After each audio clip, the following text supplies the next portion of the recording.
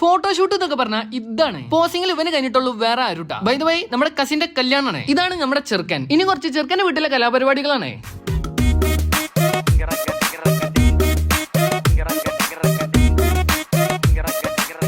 ഞങ്ങളെ പോലെയല്ല, സോലിയത്തായ ചെറുക്കനാണ്. ചെറുക്കന്റെ അനിയൻ റിൽവാൻ കോട്ടിലേക്കുള്ള ടൈ എങ്ങനെ കെട്ടി കൊടുക്കണമെന്ന് പഠിപ്പിച്ചു കൊടുക്കണം. ഇവന്റെ കലയും കലാവിരുദ്ധം കണ്ടുകണ്ട് അമ്മോനെ ഇവനെ ഈ കാണുന്ന പോലെ ഒന്നും അല്ലല്ലേ, ഒരു സകല കലാ വല്ലഭൻ തന്നെ. അനിയൻ റിൽവാൻ കുഞ്ഞു മനസ്സാ, നമ്മുടെ സ്വന്തം ചാച്ചാജിയെ അതിയായി സ്നേഹിക്കുന്ന ഒരാളാണ്. ടൈ കെട്ടാനൊക്കെ ഉഷാറാണെങ്കിലും കുട്ടികളെ മനസ്സാ.